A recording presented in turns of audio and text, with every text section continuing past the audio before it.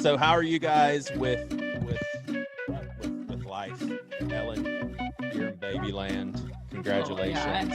Well, thank you, I guess. Do you resent your kids for robbing you? I'm not one of those moms that are like, oh, I'm just so blessed. Children are a blessing. I hate it.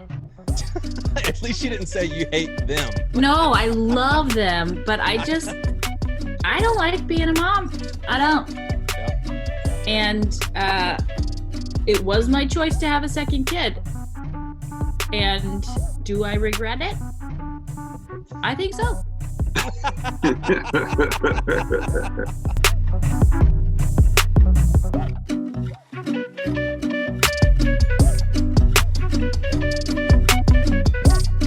What's up, people?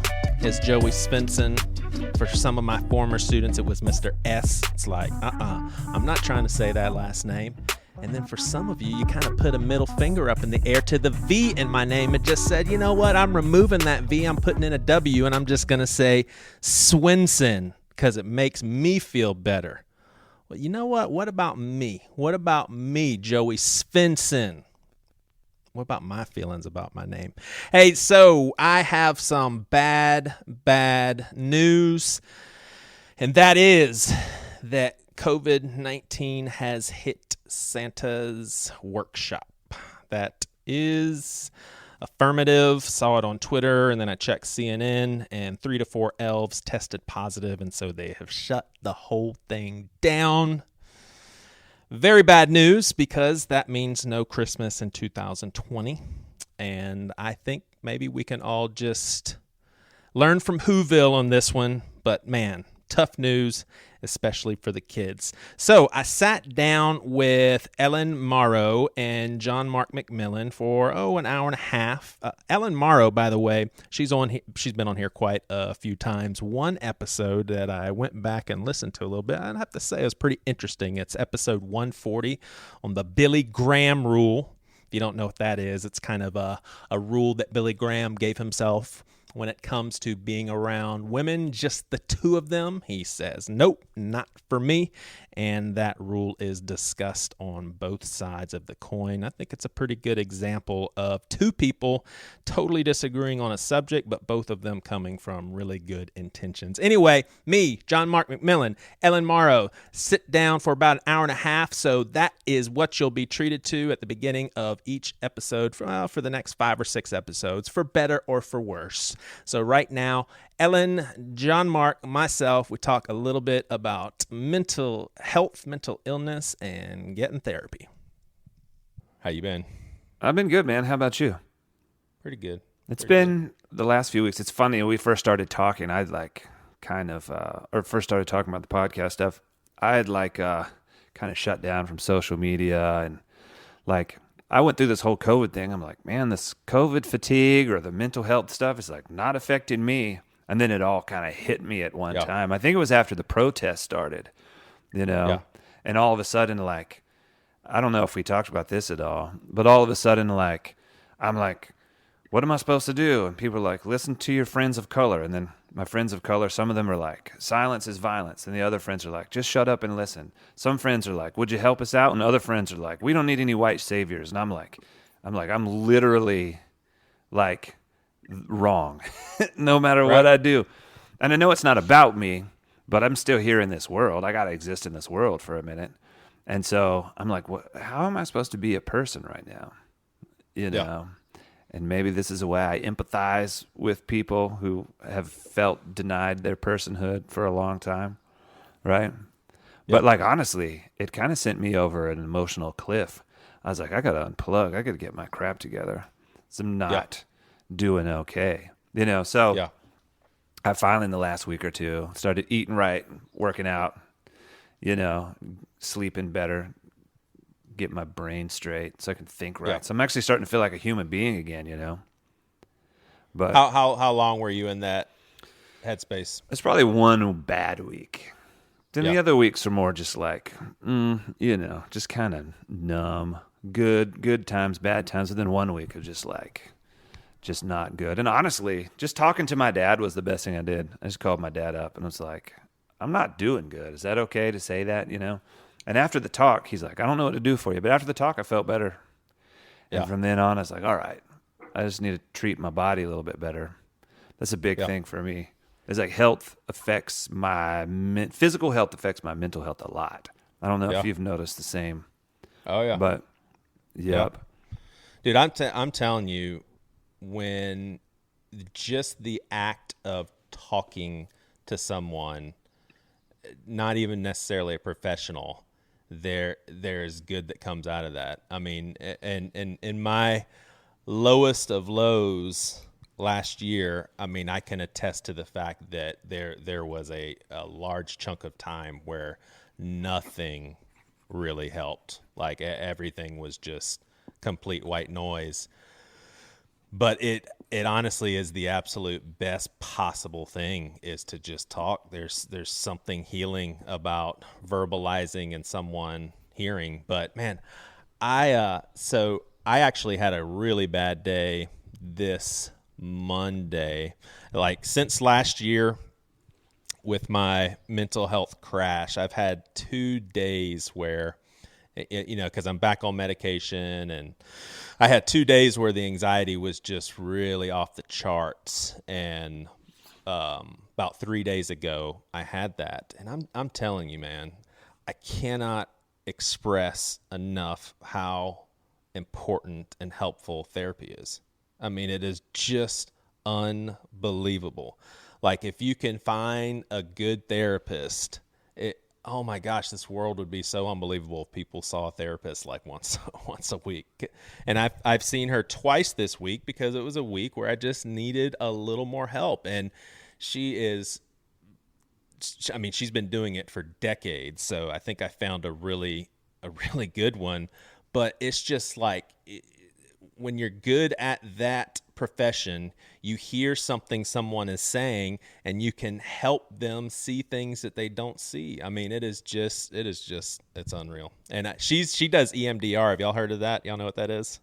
Yeah. It's actually this little light thing that goes back and forth, and you follow it with your eyes, and she kind of walks you through your thoughts. And I mean, it's not any sort of like hypnosis or anything like that, but I don't know really the science behind it, other than it really does work. I mean, it's crazy. The first time I did it, I was like, this is just stupid.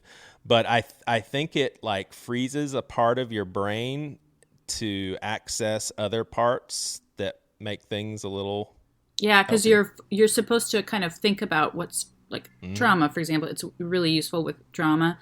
You're supposed to think about those things or visualize those things while you're focusing on the moving. There's something about like capsulizing that or something. We obviously don't know what we're talking about. I mean, I'm calling it a light thingy. Obviously, I don't know anything about it. But every time she actually, and I really did think it was a little hokey at first, but every time she would ask, where do you feel that feeling? And honestly, it would always kind of be like right under my heart. And then she would say, feel it, think about what is giving you those feelings. Like usually it's like a moment in time where I can actually visualize where I was and all that sort of thing. And then by the time we're finished with the EMDR treatment, like I literally feel less anxious, a lot better. And it's pretty crazy. Do you see a therapist, Ellen? That's probably a personal question to ask somebody, especially on a podcast. Do you see a therapist? It shouldn't be a big question. It shouldn't be, and I'm the right person to ask questions that you shouldn't ask. Right. No, I did for a while when I back after my first miscarriage, when I had like a full-blown panic disorder, and I had agoraphobia really bad, and I couldn't drive and all of those things. I did see, I did talk therapy. But for me, talking about having anxiety was not helpful for me. Medication was. Yeah. So now I'm just coasting. Yeah. But I think I would benefit from therapy. I think I would benefit from marriage therapy. Yeah. I think everybody should do it. Oh, yeah. Yeah, for sure. And if I had time, I would do it. And if my insurance paid for it, I would do it. Yeah. Yep. That's a big bridge to cross there financially. So I can like basically, is there anything that I shouldn't say to Ellen? That's interesting. Like, can I tell people like the weird stuff that you shared on text that I shared with my wife? Like, is that off the table? I'm just like, I don't know John, so I don't know if he's going to be offended. John, every time Joey asks me to do a podcast with someone that I don't know, I'm like, did he like give you a heads up at all about me? Because I've already said my butt's falling out. I mean, come on. This is proof I only hang out with toddlers. All right, I'm just gonna do it. Ellen likes boobs. Okay, give him some context. Okay, so I don't even know if it's politically. Is it politically okay to say boobs? Like, I really don't know. That may be offensive. Yeah. I can't keep up with all the jargon. Should I say? In my house, we say boobs and wiener. Boobs and wiener. Okay. All right. No, what happened was I skimmed your text. You asked me if I was LGBTQ affirming. Right. But I skimmed it, and mom brain is real, and I don't know why I thought you would be asking me if I'm gay. Because I just assumed that you knew, but I said, nope, straight as an arrow. Right. And then I made the mistake of telling you, but I do love boobs. Yeah. And that was, I mean, and it was I like don't know something. What that makes me. So are you attracted to boobs? I'm not attracted to much of anything. And I think that's the Lexapro, Joey. Okay, but so you got to explain what does like boobs mean? I mean, I think I just appreciate them. I love them all. Little ones, big ones, saggy ones, white ones, brown ones. All of them. So you're infatuated with them? Looking at They're them. interesting. I don't Google. I mean, I'm not sitting at home looking at boobs. Right. But if I'm, if we're at a beach, I'm like, yes, honey. But so do you like, would you enjoy it if it was socially acceptable for women to touch one another's? Would that be like shaking hands? I don't know. I think that's too weird of a question, Joey. I did it. Well, but I made you say Joey, it was a weird question. You'll appreciate this though. I'm finding out that I have sensory issues, and it's like I'm 36 years old, I think 37. And I'm finding out that all these little things throughout my life are actually one thing, which is sensory, like defensiveness. And so the thought of someone touching me on the shoulder bothers me, let alone a boob. Oh my. Like, I seriously am like, is there like big time rules against saying the B word? I don't even know. Well, now my friend and I, Jed Payne and myself, man, we sat down, I think it was March 3rd, like right before coronavirus exploded. Crazy. We've been wanting to do this for a while. And so we just take a look at both of our journeys, mainly his, with mental health and being on antidepressants and not being on antidepressants. He had recently been in a season of trying to do without, and so was very curious to talk to him about that as I was getting back on them. And I know I've been talking about this for a while. July is the month where my wife and I are sitting down, and man, it's like everything, my world got turned upside down, the darkest days of my life, and it's a year ago. So I'm looking at journal stuff and just reflecting on 1 year ago. It is a bittersweet, very bitter to reflect because it was such dark times, and then sweet, obviously, that I made it through to the other side. So we'll be working on that this month and months to follow. But for right now is Jed Payne of the Church and Other Drugs podcast. Hope you guys enjoy. What's up, man? How's it going, Mr. Jed Payne? That's a pretty killer name. Is it? You think so? Yeah, I like it. I appreciate it. Like when you were in school, did you say, my name's Jed Payne, and like stare down people? No. This is how it would go. I'd say, hey, my name's Jed. And they'd go, Jet? And I go, no, Jed. And they'd go, Jeb? And I go, no, Jed. So my go-to, and it doesn't really work anymore, is I go, my name's Jed, like clamp it. And either people are like, what? Or they're like, oh, I get it. Oh. So, how's everything in church and other drug world? Oh, it's good, man. Well, you should know, you co-host stealing son of a, that's really the only reason I came on here was to aggressively, I get things have been going on with you, but you had to come into my world and steal my co-host. Do you think I'd be cool with it? Did you hear me actually ask him about that? No. Because I actually was like, because I asked John, I said, hey, man, like, what's your involvement in church and other drugs and all that? And he said, with his schedule and it's kind of your baby and all that. And I was like, well, I didn't even think about asking, like, do you think Jed will be upset? And so I see you were very upset. The big old smile on your face. You're pissed. Oh, yeah, I'm not upset, dude. I am furious. No, I love giving them crap about it too. It's probably my favorite thing to do. That's funny. Well, yeah.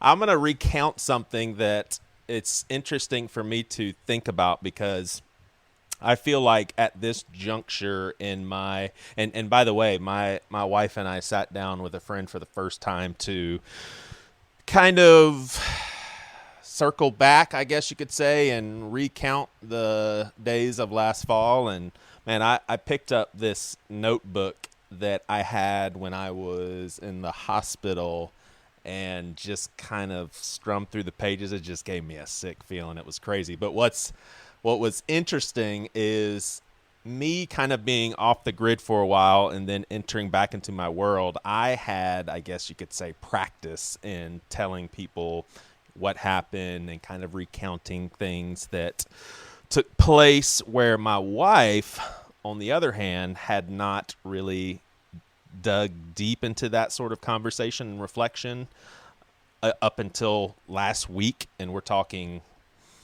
a couple of months removed from it. It was emotionally draining for sure, man. It was crazy.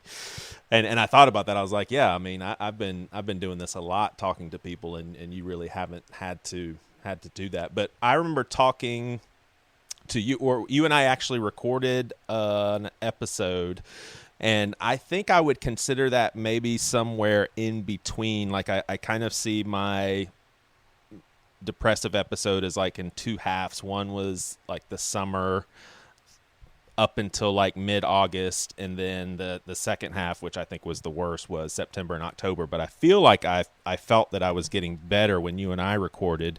But it's interesting. You had just gotten back on medicine. Yeah, just so, yeah. I want to say like maybe 2 or 3 weeks into it or something like that. It was pretty fresh, as I recall.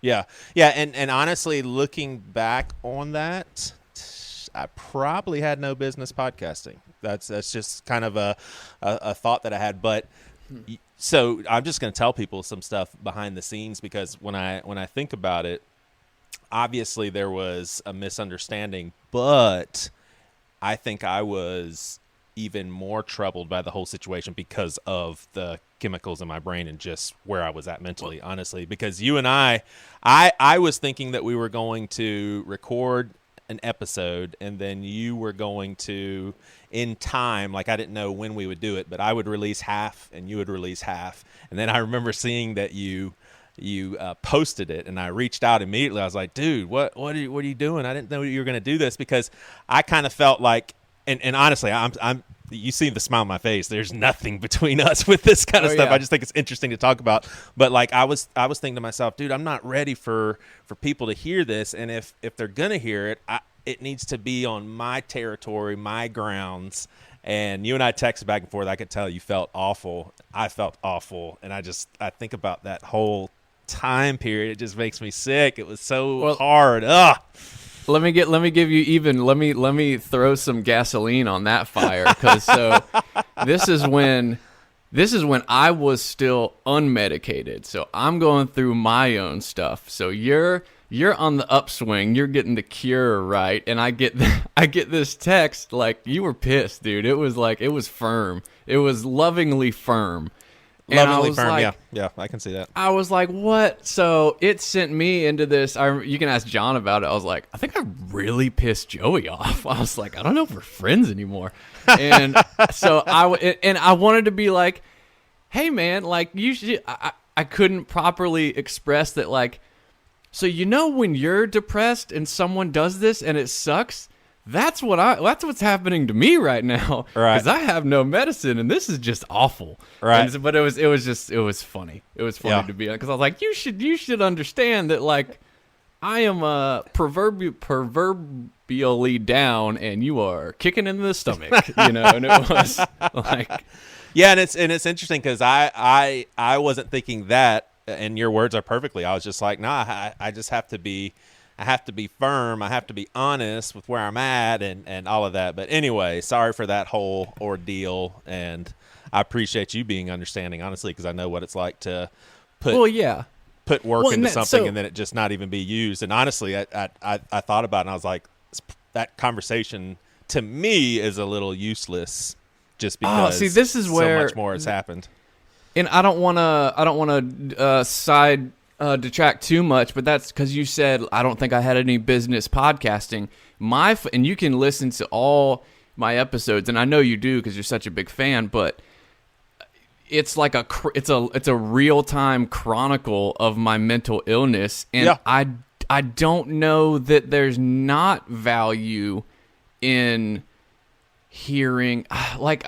I guess, is it you think it's like irresponsible or dangerous, or it's just like it's cringy to you, but it's like it's real, right? Yeah, I somewhat retract that. I think that I had no business podcasting in but what you're saying could debunk anything at this point because of the realness aspect and authenticity. But I don't think I had any business in podcasting from a like it seems like when I reflect on it, maybe I should listen to it. When I reflect on it, it seems like I felt like I had something almost important to share that I had learned.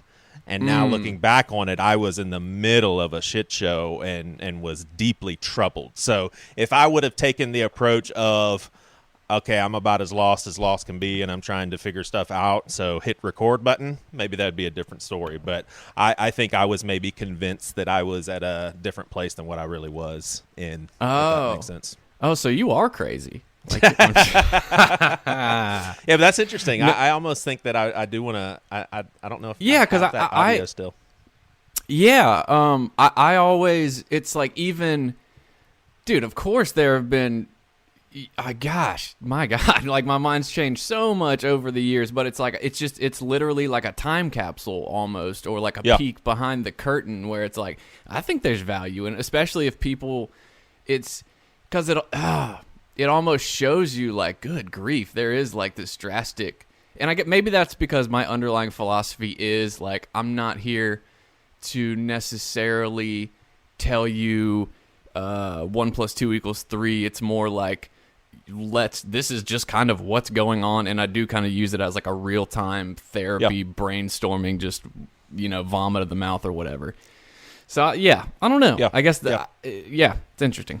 Yeah, so I was thinking about this conversation that we're having right now, and I don't always take this approach. Like I don't think that it's necessary all the time, but I was thinking like back in the day where you had to come up with a thesis statement for a paper, and then everything you write backs up that thesis statement. But I was thinking, I was like, what is the main thing that is in my head that I think most of this conversation will center around? And I thought about it, and I think I have it. So we've all heard that depression and mental illness is a combination of life experiences and things that you believe and take in, and more voluntary things that you're aware of and not aware of, and then you have a physiological aspect of it as well, where your brain is just broken or sick or what have you. Now, I have not encountered this too often, but I have encountered with people taking the approach of, sure, it's experiences and physiological, they both play a role. Now that that's settled, let's not speak or think about the physiological anymore. Let's zero in on what you can do differently. Mm-hmm. And interestingly enough for me, I had a hard time seeing myself because I even bought into that sometimes. I had a hard time seeing myself as like, I'm trying to think of a terminology that wouldn't be super cheesy. Well, it'll probably be cheesy, but almost like an innocent warrior. What I mean by that is like I took the approach of anything I beat or get through, I brought it on myself in the first place, so there's not much to be proud of, not much to celebrate. Does that make sense? So yes, until professionals said things to me like, I respect the strength that you've shown to get through this. This made me feel really uncomfortable. Someone, again, at the professional level called me a hero to get through what I got through. And that's hard. That's honestly hard for me to hear and accept those sorts of things. My wife, this is more of jokingly, but she's sincere. I mean, she calls me her Rocky because she knows how big I am into the Rocky movies, and just what I went through, and just something else would happen and I'd get beat back down, and something else would happen. I'd get up, get beat, so in her mind, that's how she sees it. But I feel like you're even more so than me, a walking proof of the physiological aspect of mental illness, because from what I understand, and I want to get into this with you, you pretty much set your life up to do absolutely everything you possibly could do health-wise to stay off medication. I mean, you checked all the boxes. It seems that way. Like you went after everything. Almost. Yeah. Almost. I will say the one caveat, and I still hold it in my head for the future, is that if I had, if I was in a place where I had a less responsibility-driven job, that might have made things easier. So that's okay. but other than that, yeah, I would say, yeah, sure, yeah, we can say that. Yeah, I mean, of course, there's always more things I probably could have done. Like I probably could have gotten more serious into like meditation or yoga. Sure. Or it begs the question, could I have? Like, was I even capable? I don't know. Sure. But yeah, like I was doing a lot. A lot. Well, and I like how you answer that too, because it honestly, to me, it's kind of like your answer was like a yes, but don't forget there are things that revolve also around what I do, what I don't do, what I believe, what I don't believe, which lends the credibility to the circumstantial stuff that I don't think we should ever completely discard, for sure. Right. Go ahead. Do you know, this was a thought I had to myself the other day in thinking about coronavirus and apocalypses, like I always do, because I was like, if I was suddenly thrust into a post-apocalyptic society, would I keep taking my depression meds? And my answer was probably not, and I don't know if I would need them. And then I was like, what does that say? You know what I'm saying? Explain that. What do you mean? Like why wouldn't is it almost to a certain degree that, like, if my life was organized in such a way, I guess you can even make a parallel, like if I was in like a hunter-gatherer society, and we can kind of have this argument, like if my life would revolved around much less time to sit around and ruminate and more time focused on like, I am hungry, I must get food, I get food, I eat, I need to protect my family, I go to sleep, day over, do it again. Would I spend time thinking about wanting to kill myself, or would I be too concerned about the saber-toothed tiger about to kill me? And it's kind of like, and that might be kind of worthless and a chicken or the egg thing, because the fact remains that it's 2020. I'm a substance abuse counselor. I have a marriage. I'm in school. This is my life. But it was interesting to me, like, how much is it's a smorgasbord of all, probably. It really is. It's impossible to figure out. So here's my take on that. If I was born in 3000 BC and was am I nailing the timeline? Okay, 3000 BC. Sure. Does that work? Yeah. And that was my only concern. And not only was that my only concern to get food and get fed and feed my children, but also my nutritional intake would be drastically different from what it is right now. If that's how it started and that's what my life was always about, I could see myself maybe never dealing with mental illness, possibly. Right. Just because of that. But having gone what I have gone through recently, I am pretty convinced that if you were to drastically change the type of life that I'm living, it would not have factored in. That's my feel, because it wasn't something, and a pastor that was helping me through a lot of this, who is licensed with counseling and psychology and all that, he said this, and it really was something that I needed to believe, because it was reality. He said, this is something that's happening to you. It's happening to you. And that was important for me to wrap my mind around, because there was nothing that I can do. I mean, it was like, I've had kidney stones before. When I'm writhing in that physical pain, I can't will myself out of it. I can't do anything to get out of it. It's kidney stone pain. And I feel like with the mental illness piece that I went through recently, that I would put them on the same level. Yeah. No, and I, for sure, right. And I don't even remember I do remember what the final straw was, which I don't know where we're going exactly, but so I made it 7 months off medication, completely off medication, right? And how long had you been on medication, and how consistent was it?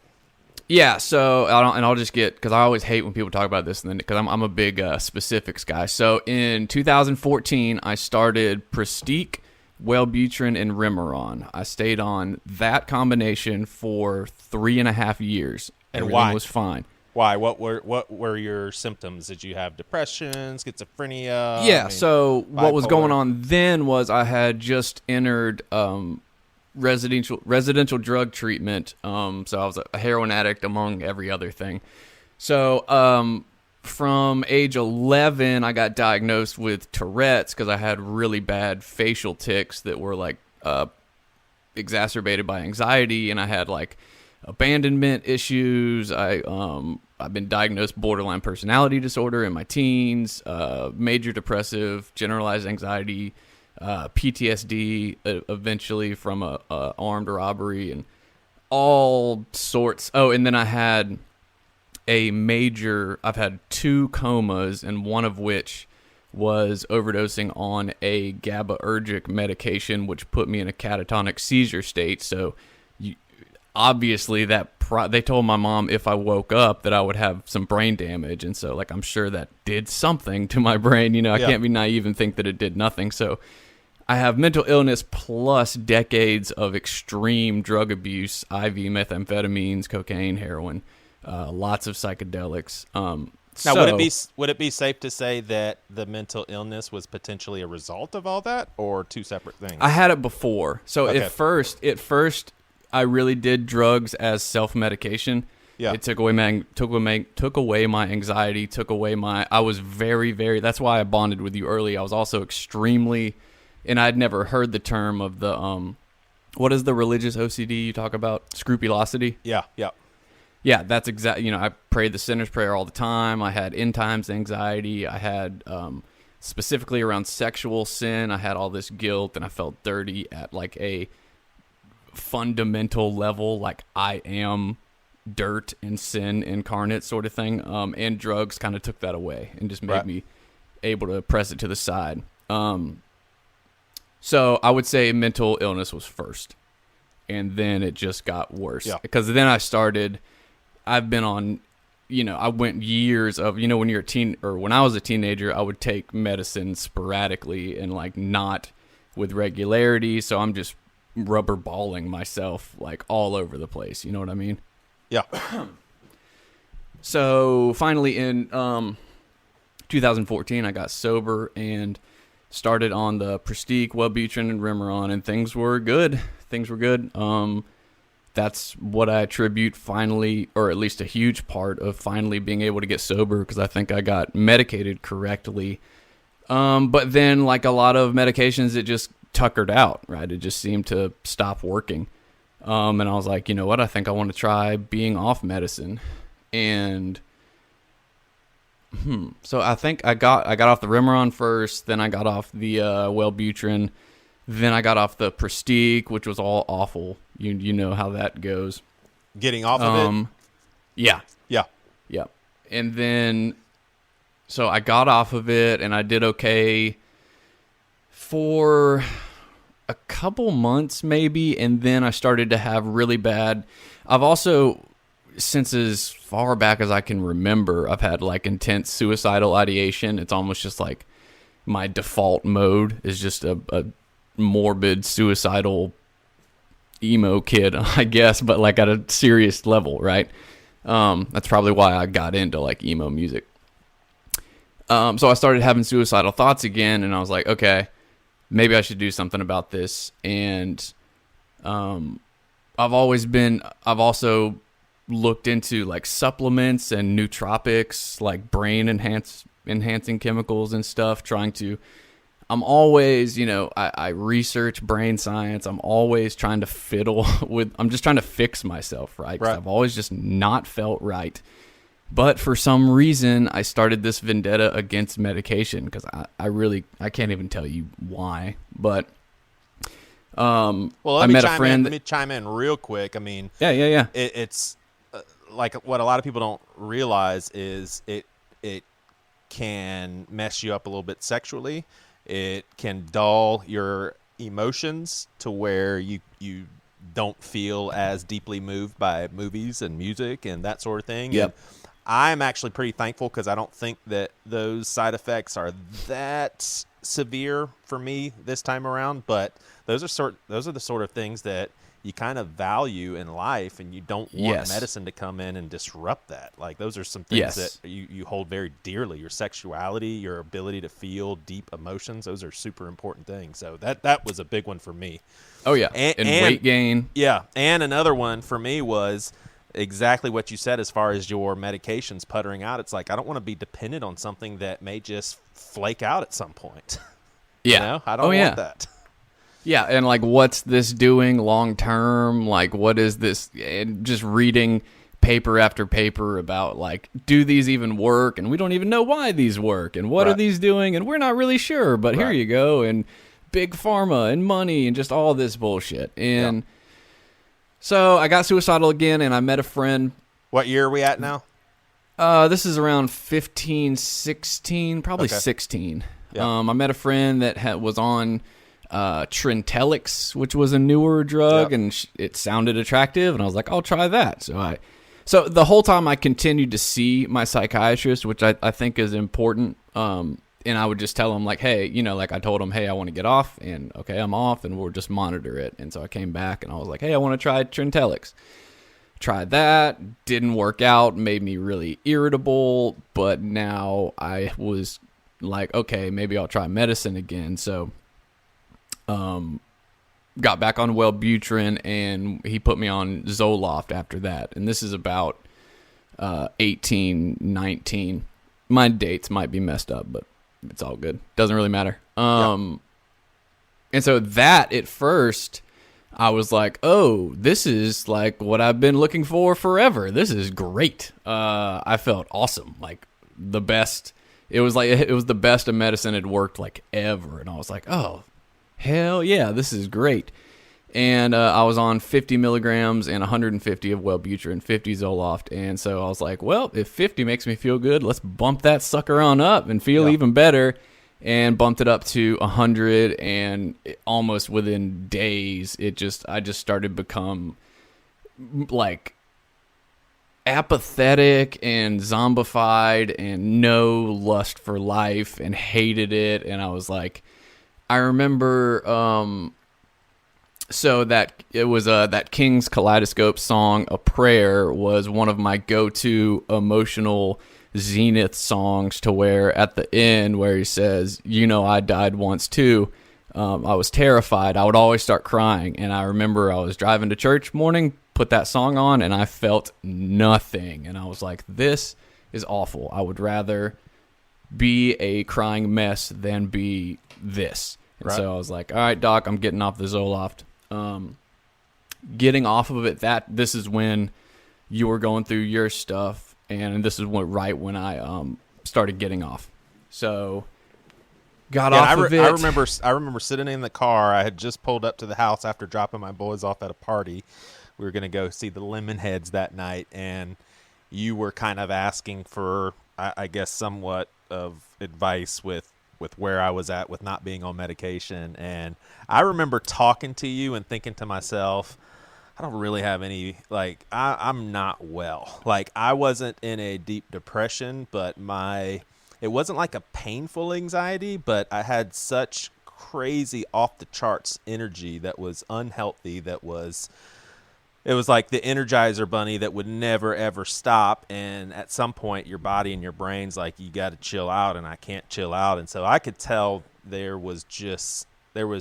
was unhealthy, but I was just like, well, I mean, all I can do is tell Jed what I'm going through. And I'm no doctor. I'm no counselor. I can't give him that. So I'll just tell him how I'm doing. But I recall that conversation, and I remember I wasn't doing well. I forgot though, you were one of the catalysts for me getting off medication. So I ordered well, it was a couple things.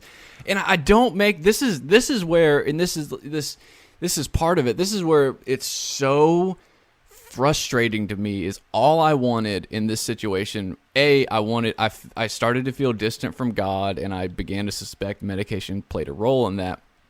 B, all I wanted was an answer from God. Yes or no, do this or that.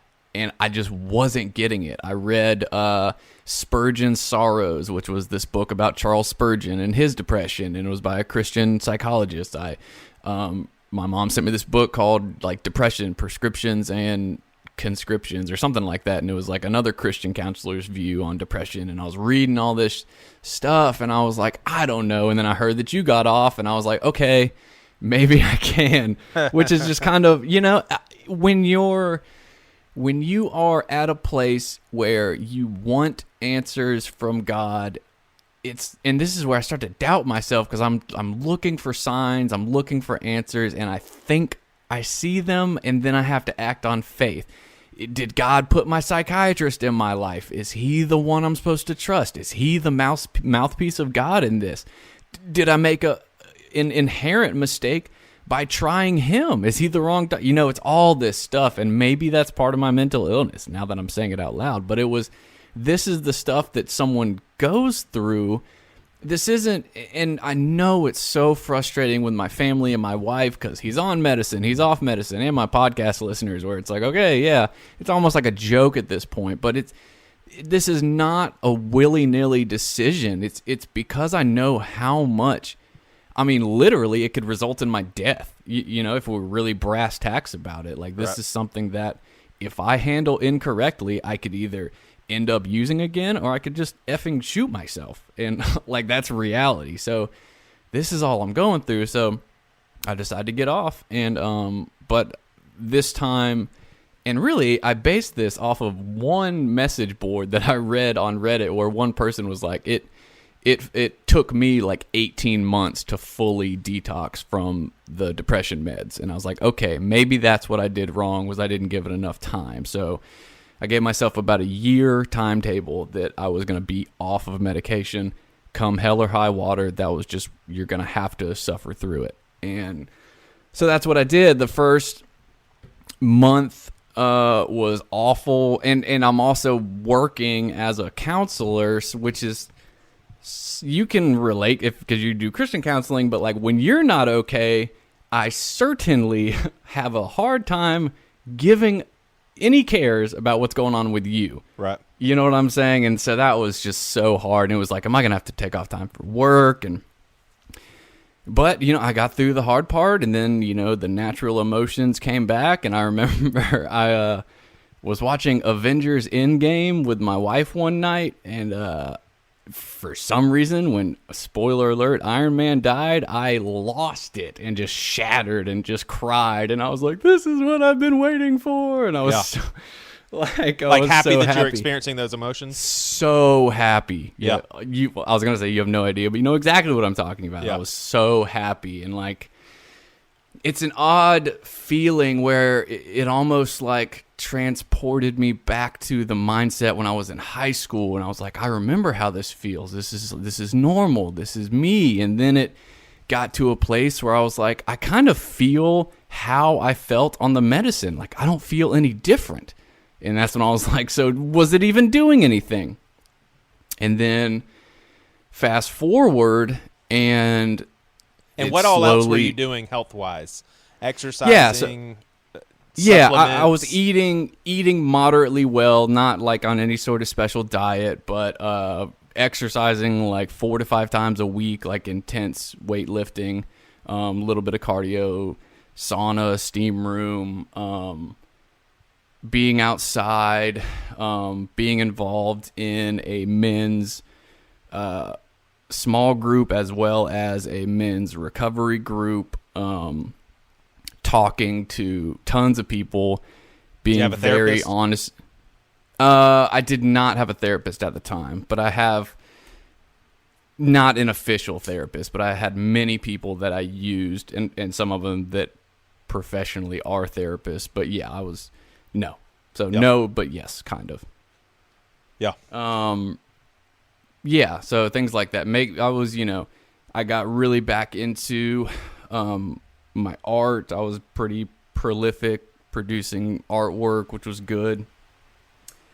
Were you ever at a point where you thought it sounds like you were at a point where you thought you had arrived and medicine was something of the past and you were good to go? Yes. And how quick did that take to crumble beneath your feet? Pretty quick. Like, Because well, what's interesting is obviously it's not possible to have like a scale of what your pain was like with what my pain was like. And I'm thinking to myself, if Jed felt what I felt like in September and October, there wouldn't have been an option or choice but to get back on medication. But I don't want to say that. Maybe you, and I'm not saying this to be silly, maybe you have a higher threshold for emotional pain. But like when I think about where I was at in my darkest time, there was not a choice. Like for me to stay off medication was playing with fire. There was no right. way And around I think, well, and for a slight difference was I knew what I was signing up for because I've gone on and off so many times. And with you, it's been a decade or so since you've tried to get off, right? So it's like Right. I knew the hell that I was signing up for. And so there was a certain amount of like, okay, I was able to say like, okay, the way I'm feeling is a product of what I'm going through, right? And then things just started to become like intolerable. Like my facial tics came back, which had been gone for a long time, and they came back like with a vengeance. Where I would just blow air out of my nose like a sniffle, except I was blowing air out. And I mean, like to the point where like I, like physically wanting it to stop and it wouldn't, just awful things like that. My anxiety and worry was getting through the roof. My wife came home one day and she was like, what are you doing? And I'd just been on YouTube watching my favorite suicide scenes from movies, like over and over and over, just like with headphones on, just, really ruminating, romanticizing, like, I don't want to do this. I was considering completely changing professions, quitting my job. Yeah. I considered drinking again. I was like, maybe I'll just go work some minimum wage job, move, just start drinking and like, whatever, dude, like screw Right. all this like responsibility. I was starting school again, and it seemed so overwhelming to me. My like hypochondria was out of control, and it finally came to a head where my wife had gotten the flu, and I basically gave myself the flu, like complete symptoms. I had to call out of work for 2 days. But I didn't have the flu. I got tested. I didn't even have it. I wasn't even sick, but I was sick. And like I went on, I remember the day because I was at work and I went on this crazy message board search tangent about like flu. I don't know. It was just like a really like insane person's dive into the flu, and I gave it to myself and I had it and I was worried and what was I going to do about work, and I stayed home from work for 2 days and I never even had the flu, and I was like, okay. Yeah. Okay. Like this is getting ridiculous. And it was like I kind of had to decide somewhere, and this is kind of a God thing where like I was praying for an answer, and all along I'm praying, God, why aren't you healing me? What is going on here? Somewhere in my research, I read about Prozac and how it was like the first one and it's relatively easily tolerated and all that stuff. And I was like, okay, maybe that's, because I was always looking for, that's why I was always asking you, like, what are you on? What's working for you? Because I wanted, I knew that if I was getting back on, I'm going back on this stupid roller coaster for at least a little bit. So I got my doctor to write me a prescription of Prozac, but I just never filled it. So I sat on that prescription for like 3 months.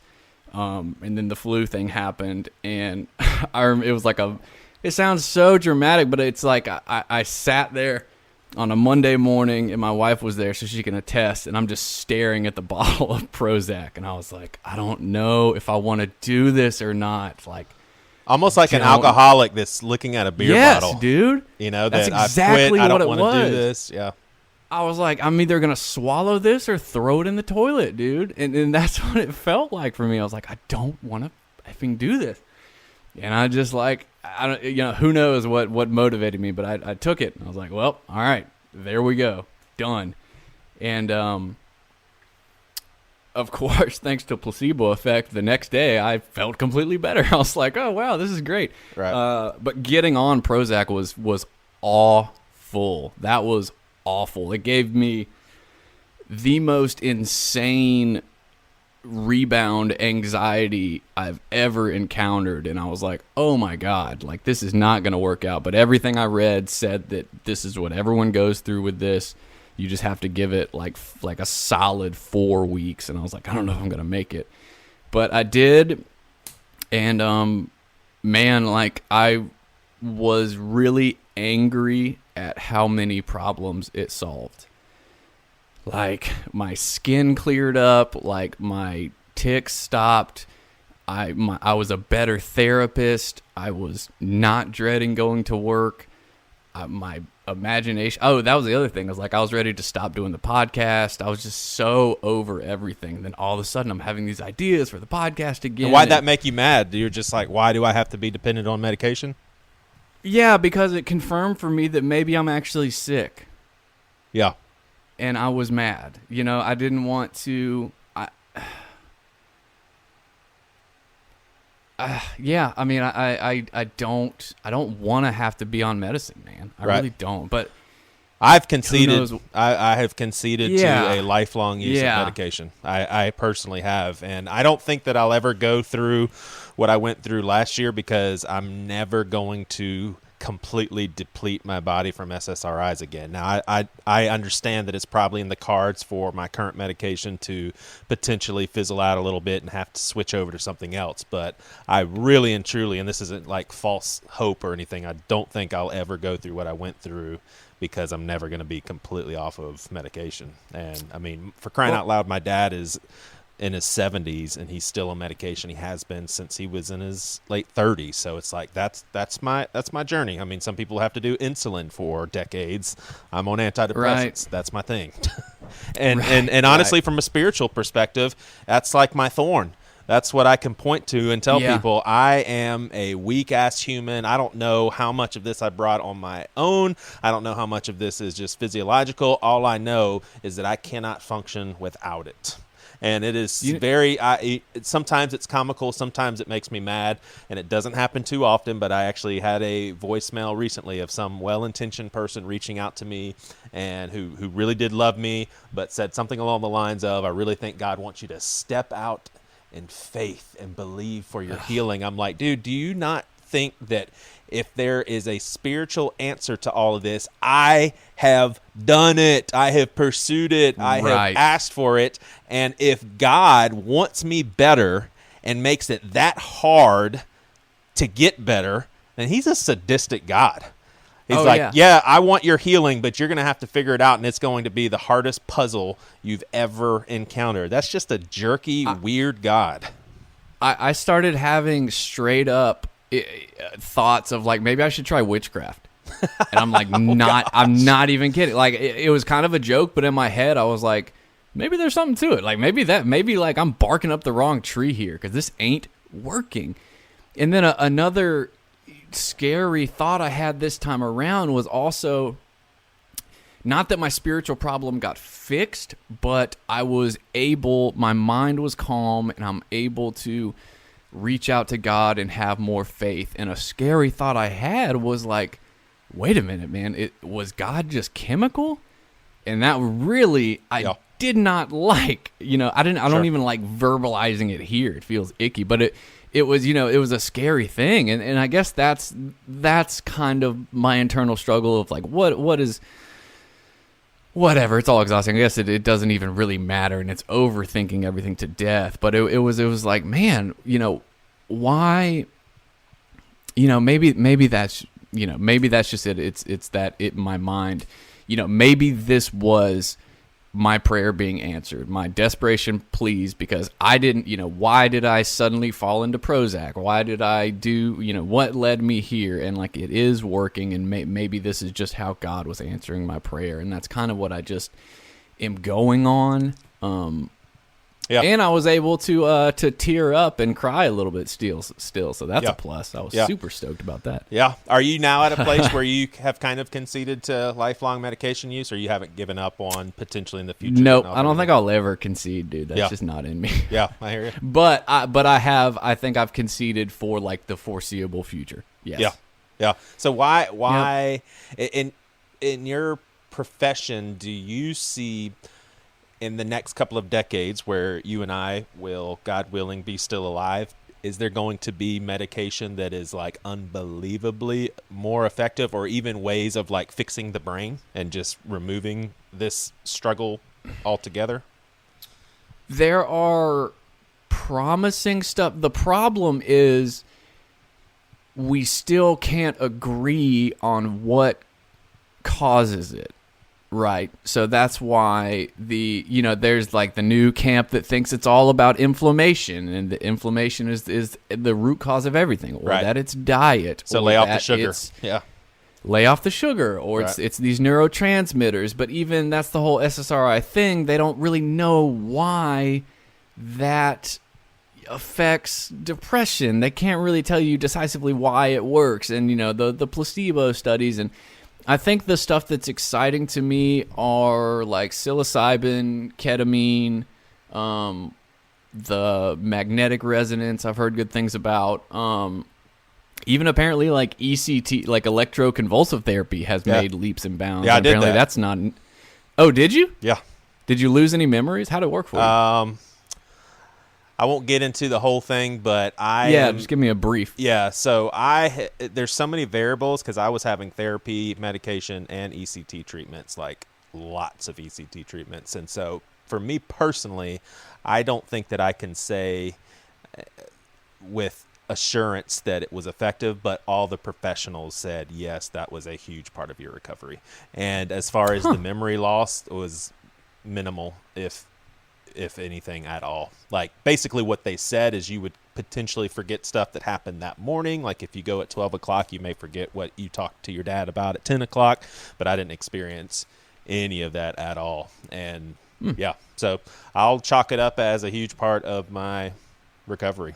And I actually talked to a sweet older woman at my church, like literally grandma sort of age, and she approached me and said, I'm just so proud of you of what you've gone through, and just want to tell you how much we love you, and et cetera, et cetera, et cetera. And she actually told me that to this day she does an ECT treatment, I think, once a month, and that's actually all she needs. And I have heard in the medical profession that they are now scratching their heads wondering, why don't we do this as a first why isn't this the first resort instead of the last resort? Yeah. And right. That's interesting. Probably because it's dang old getting electrocuted, dude. Right. That just seems so barbaric and Right. hardcore. But they have perfected it to where it's not. Yeah. It ain't nothing. There's no risk. There really is no risk. Right. No more than medication. So yeah, I think the future will. Yes, I do have like neuroscience is advancing. I think we just need we need new. This is why I'm big. A reason I'm big on like decriminalization of drugs is really so that researchers can quit being hamstrung by they just can't research on things. That's why like psychedelics were so untouchable for so many years, because they're like no medical value.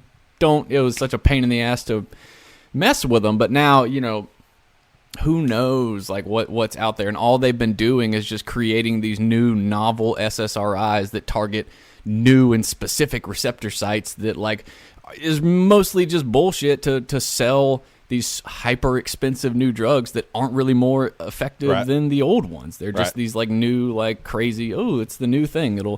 It hits your N1 MDMA blah blah blah blah blah, and it's like, well, whatever. Yeah. So yeah, I would like to think so. I think a lot of things need to change, profit incentives, but we've hopefully some new minds are out there, and we have a new understanding of depression, and I don't know. I hope so. Yeah. So what I was talking about earlier in the episode, do you have a hard time giving yourself credit for being strong, getting through stuff, persevering?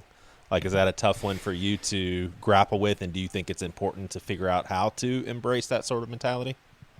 I think, I guess I do, because I take it for granted, just because someone at my work heard one of my stories on my podcast and they told me they cried, and I was like, what? I was like, oh, okay, yeah, I guess it is I'm so desensitized to it that it ain't nothing, but I guess it's oh, yeah, I've been through some insane things. I used to be really, I used to think that God had made me so that I was so good at overcoming adversity and adding to my testimony that was my lot in life, that he was just going to keep throwing these crazy ass trials and tribulations so that I would turn to him and make it through and add to my story. And so I was like, I am so tired of, can we just chill for a while? Right. Can I just be good? So, yeah, I guess it is hard for me to, because I don't, it's did I even do anything to make it through, or was I carried? I guess I could have. I don't know, man. Even from the standpoint of not killing yourself, or even from the standpoint of, I do give myself props for that. Yeah, it would have been much easier. Right. I would even say, regardless of how you existed through time. You existed through time, and now you're on the other side of something. To me, whether or not that's something you credit yourself for having done something effectively, you still can look back on that and be like, I weathered that storm. I'm on the other side of it, and for sure you're a stronger person for it. There's no getting around that. So, it's definitely something that it's a new it's a new idea for me.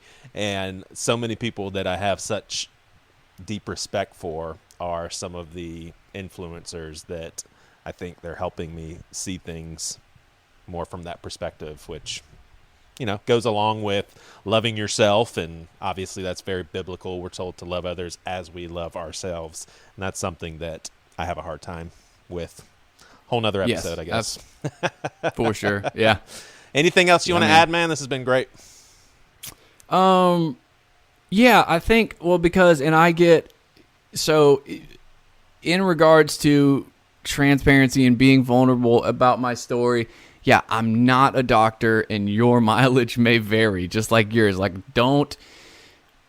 think it's perfectly fine to crowdsource information, and make educated decisions about your mental health, because it is your decision, but don't don't base it on what I'm saying. Don't base it on what Joey's Right. saying, or even necessarily only what your doctor is saying. Like, consult lots of things. Definitely, you don't have to be miserable.